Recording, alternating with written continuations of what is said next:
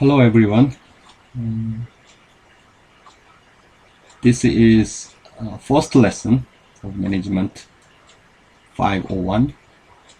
Today's topic is today's management process. That is chapter 1 of our text. I'm not giving a lecture for every module, every lesson. Sometimes I will make a lecture video and post it to help your learning about this course. Okay, let me start today's lesson. Before we start, I want you to think about why we need to study management, why we have to learn the management. I think you need to study management principle because you need to learn skills to use organizational resource efficiently and effectively, because the use of resource make a great impact on well-being of organization and society. So if you're not going to be manager, but you still need to learn how to use the resource efficiently and effectively. Second reason why you need to study management is almost everyone becomes a manager. As you accumulate your career, sometimes you will become a manager. So you need to learn about the function, about the role, about the responsibility of manager.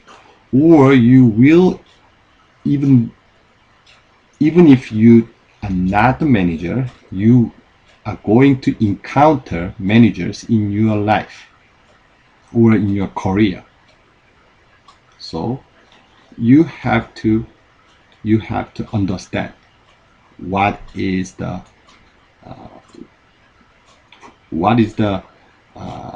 good manager. And third, understanding management gives you the competitiveness to be successful in your career. So those are the three reasons, but there are many other reasons you have to study management. So studying management is important.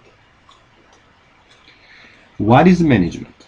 The management, according to our textbook, management is the planning, organizing, leading, the controlling of human and other resources to achieve organizational goals efficiently and effectively. So who are performing management? There's a manager. Managers, we mean by the manager is the person who work for the organization, and the managers also they are responsible for supervising and making the most of organizational resources to achieve organizational goal.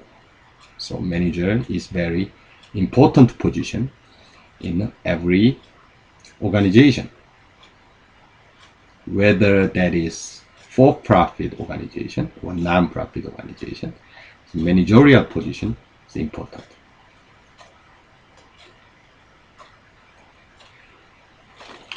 The primary goals of management is provide goods or service that customers value by achieving high performance. So managers are pursuing the high performance of employees. Why? Because they would like to provide a valuable goods or service to their customers. It's customer satisfaction. So that is the goal of management. And organizational performance, I said the managers is pursuing the high performance. So what is performance? So organizational performance is a measure of how efficiently and effectively managers use available resources to satisfy customers and achieve the organizational goal. Organizational goal will vary depending on the organization, but the most of business organization, their goal is to satisfy their customers and their client. I said the managers should use their resource efficiently and effectively. So what is efficiency? What is effectiveness? Efficiency refers to measure of how productively resources are used to achieve a goal. So that is about the cost. You have to minimize the use of valuable resource to produce same outcome. That is efficiency. Effectiveness is a measure of appropriateness of the goals the managers have selected for the organization and of the degree to which the organization achieved those goals. So effectiveness means the managers have to produce an outcome that they would like to produce. That is effectiveness.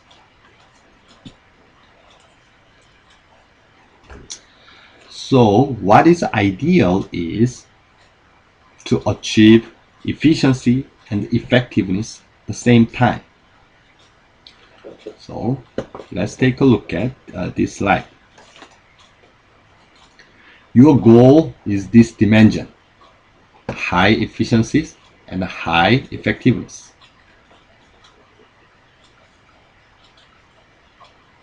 In this dimension, managers choose the right goal to pursue that is about effectiveness and makes a good use of resource to achieve a goal. So that is with the minimum use of resource, you can achieve your goal. That is high efficiency and high effectiveness. The result is a product that the customer wants at a quality and the price that they can afford. So high quality product, cheap with cheap price. That is ideal state. That is the ideal outcome of management. So the managers should pursue this outcome. So what is the manager's tasks? What is the functions of management? So as I told you in a definition of management, the managerial tasks can be divided into four big functions: planning, organizing, leading, and controlling. Planning is about to choose appropriate organizational goal and course of action to best achieve those goals. And organizing is to establish a task and authority relationships that allow people to work together to achieve the goal. So organizing is about allocate your resource to the right people, and make a group, make a structure of organization. So those are the outcomes of each function. So the outcomes of planning will be the corporate strategy, and the outcome of organizing is organizational structure. Next function is leading. Leading is about, many people talk about the leadership. So what is the leading? What is a lead? Leading is motivate, coordinate, and energize individuals. So motivate people and groups to work together to achieve the goals.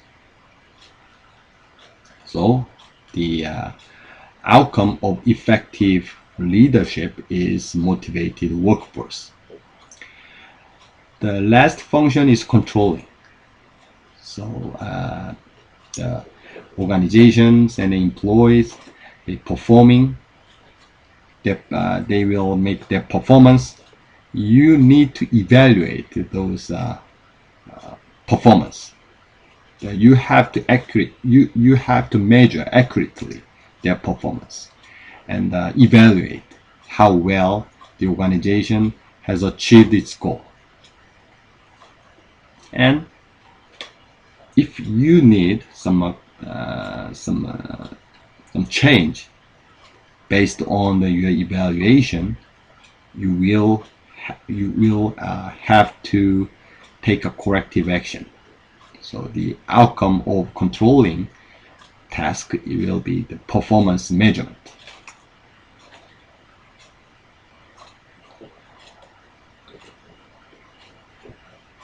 And this slide shows the levels of managers.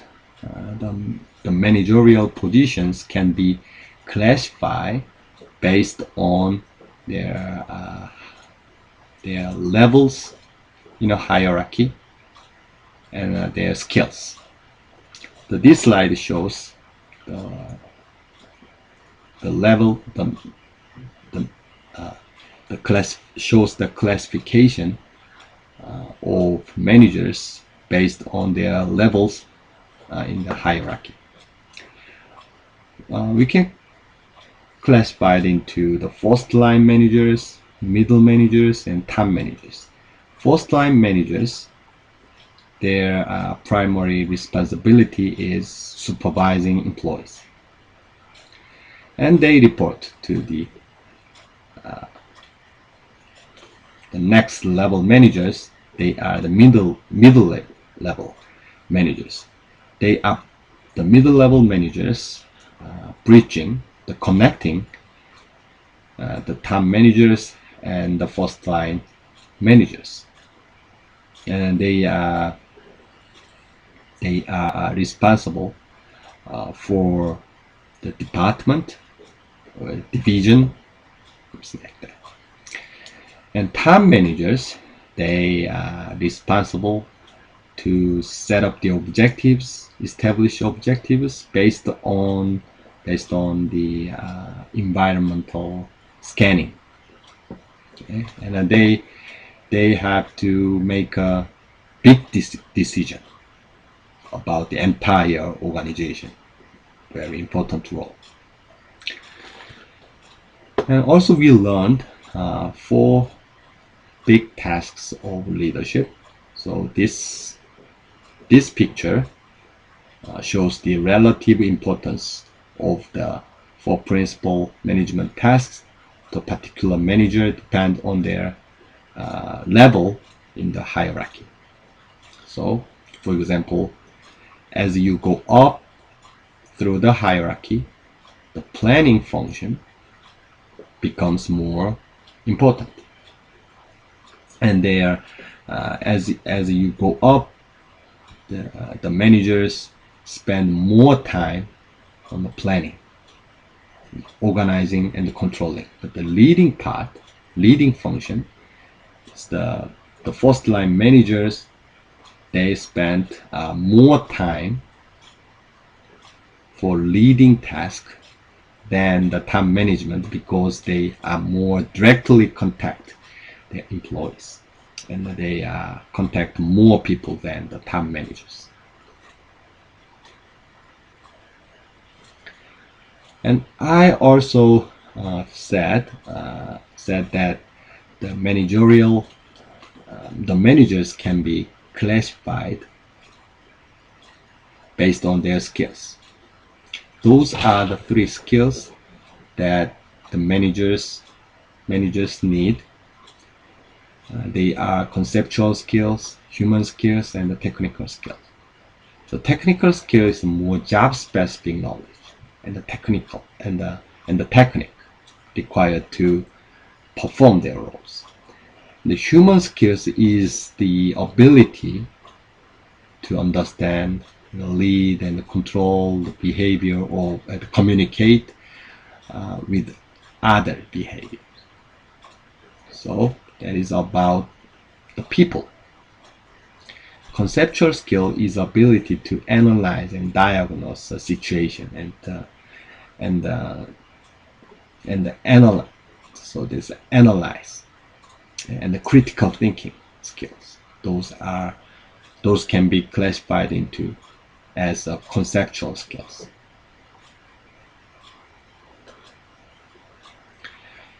And our textbook identify some changes in today's management practices. We can observe that the many organization is under the restructuring and outsourcing because they need to reduce their cost to achieve the efficiencies. And also many organization is involved in empowering people. Empowerment means they give more authority, more responsibility to lower level people to be responsive to the environment. Because the lower level people, they directly contact the customer. So they are the people who can respond to the customers or environment more quickly than the higher level managers. And self-managed team. So in the past, every department that is controlled by the high level management, but now they empowered. So the group of employees, they assume their collective responsibility, and they are responsible for organizing, controlling, and monitoring by themselves. So that is one trend. And our textbook also identifies some challenges that the current management is facing. The one of the biggest challenges is the building the competitive advantage. In order to build a competitive advantage, they need to enhance efficiency and the innovation, creativity that is emphasized nowadays very strongly, and the quality of product. Their product should be high quality to satisfy the customers, and they need to be more responsive to customers and more adaptive to the environment. And also nowadays, the ethics, business ethics, and the socially responsible practice has been emphasized. So that is one of the big challenges. The environment and the customer, they require ethics to the companies. So many organizations now, they are involved in the social, the corporate social responsibility. And the workforce is getting more diverse. So many different kinds of people work together. So it's also challenge because it is harder to manage the diverse workforce than to manage the homogeneous workforce. And also the managers should be aware and familiar with the latest technology. So technology is another challenges. And the globally, the many crises like earthquake and natural disasters or terrorism, such kind of global issues is not expectable. So the managers should prepare for the contingent plan to handle those crises, the global crisis. Okay, this is the lecture or first lesson. Thank you.